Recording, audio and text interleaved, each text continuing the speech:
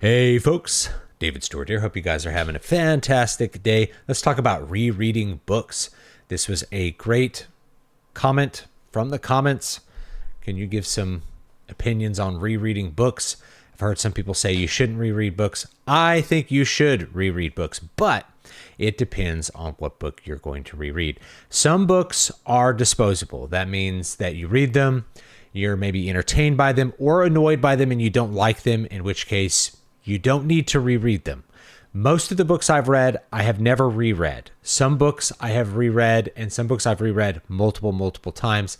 It depends on what the book is going to offer to you as a reread. If it's just a fun little adventure story, a little mystery, maybe a short story, then, you read it, you donate the book. That's something that I do. If there's a book sitting on my shelf and I haven't reread that story ever, and it's been sitting on the shelf for a couple years, I just donate the book.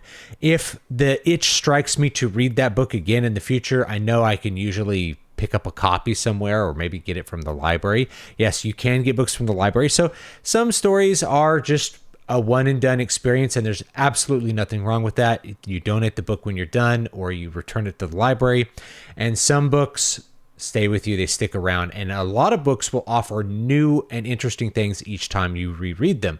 And in fact, you will gain a lot deeper knowledge about the craft of writing. You'll gain deeper knowledge about whatever subject that book might be presenting to you, and you will just have a different experience in general as you reread books. I think the idea that you shouldn't reread books, especially fiction, comes from the belief that books are experiential.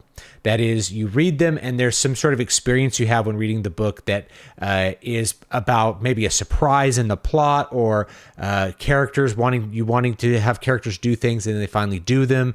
And so when you're rereading it, all the spoilers have already happened. It's not exciting to reread it. But I view books as something a lot more than merely a temporal experience, like watching a movie where events are happening to you. You're involved with the reading of the book. You are doing more than experiencing the story. You're thinking about the story.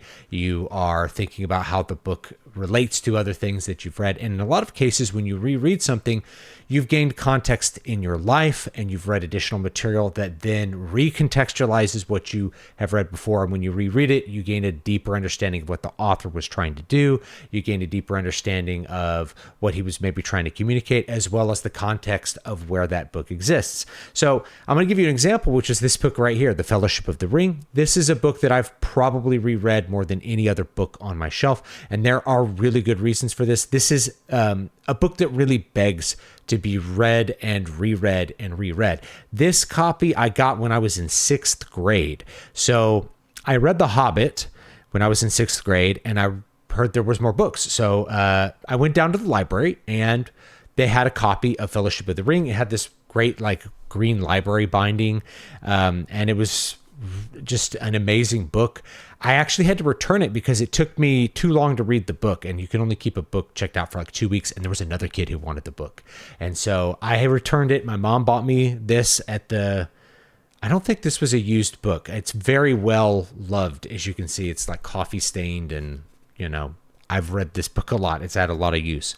But then, that kid who read it, then I got to have a lot of conversations with him about the book. What part are you at? What part, which was great. We had a little bond there because we were both trying to read this book in the 6th grade, and no one else, this wasn't on anybody's radar that I knew back in 1995. So it was a cool experience to read this those 31 years ago, and I've read it many times since then. And what you think about with this sort of thing is this is more than just a story. It's not just a series of events that happen to characters.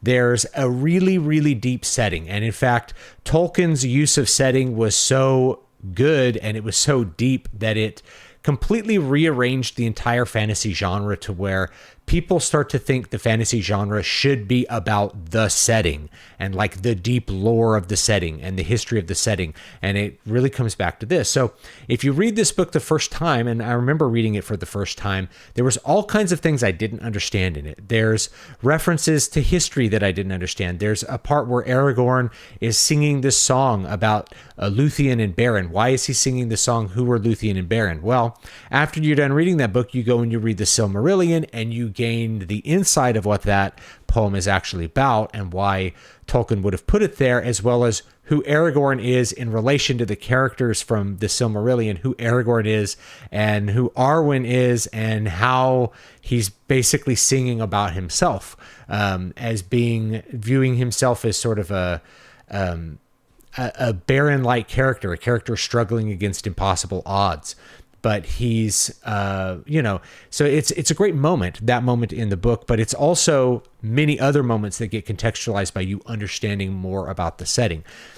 Tolkien was great with languages. He made up languages. He made up words. Every place has a name. Every river they cross, not every river, but most of the rivers they cross, they have a name and they have a history. There's a part where they walk across, and they, Legolas sings the song about Nimrodel and this poor elf that, waited for her lover who never came while they're washing their feet in the river after they escape from Moria. And so there's this depth to like this ancient story, and it deepens the impact of the story when you reread it. Even though you know what's going to happen, there's all kinds of things that are revealed to you upon rereads each time that you grow older and you're able to better understand it. Yes, I was able to read the story when I was 11, but I didn't fully understand it really until I was an adult and I was able to contextualize what was going on. And then there's new things I find. When I talked about Gandalf defrocking Saruman, when he has this conversation with Saruman, it's him removing him from a priestly order. And you wouldn't understand that. Maybe even if you were raised Catholic as a kid, you wouldn't understand that. You have to grow up and understand, oh, that's what he's doing. And so you gain this deeper insight into who Tolkien was and what he believed and how he believed and how it went into the story and how this related to his life. There's so much more context you gain from that. And there's so much more in the text that's just ready to be revealed, ready to be told to you. So just reading the books one time or just watching the movies, you're going to miss out on the real depth of this particular story. So this is a really good example. This is one that I've reread a bunch of times. Of course, I'm influenced by Tolkien, but my writing really tends to be influenced by other writers. But this is one that I know that I could come back to, and there's going to be a whole lot that's going to be worth reading the next time that I reread it again. I've read it a bunch of times. I've listened to audiobooks of it. I've reviewed those audiobooks, and it's worth it. You can listen to the audiobooks of it if you haven't read it in a while, and that might reveal new things to you about those characters. Like hearing Andy Serkis do some acting with the characters might make you think about new things with it. Anyway, great story, great example. Another one, I just grabbed this off the shelf. This is some Plato. Right, The Last Days of Socrates. The first time I read this, I was, I think I was 17 years old, and I was doing my first college class with Bruce Thornton. Actually, is who taught me about Socrates. My very first teacher at Fresno State was Bruce Thornton, and he was just a great teacher to have, and really set the tone for what my expectations for higher education were, and the disappointments ended up happening later. Anyway, when you're 17, I really needed his help to understand what the hell this book was about. I had no clue. I'd just come out of public school. I was working my first job at that point. And, but it was great. And so as an adult, I can come back and read some of this and maybe not even read the whole thing, or maybe take it really slow and just read a couple of pages or one section. And you gain so much more from your experience between 17 and 42 now. So how many years that is, almost, 25 years or whatever. So you gain life experience. You read more philosophy, which recontextualizes Plato. You read more history. You read the history of ancient Greece and ancient Rome, and that recontextualizes them. And you start to build this model of the mindset of not just Plato, but the Greeks, and Plato in contrast to the Greeks, and Aristotle in contrast to Plato. So when you go back and read Plato again, you understand so much more of what it is, and you're able to understand the context of who and how that contexts really, really do matter. They make a big difference for everything that we're doing. My monitor. I just lost my monitor. There we go. All right. Don't know why my TV shut off for just a second here. But anyway, that's I'll use that as a clue to like, let's wrap this video up, and hopefully you can see the value in rereading certain things. And the things that I think are worth rereading, besides like the Bible, which people reread all the time, are these sorts of books, these classics, because as you get older, you will gain more experience and more knowledge of the context of those classics, which will deepen your understanding of them and create new experiences each time that you read them.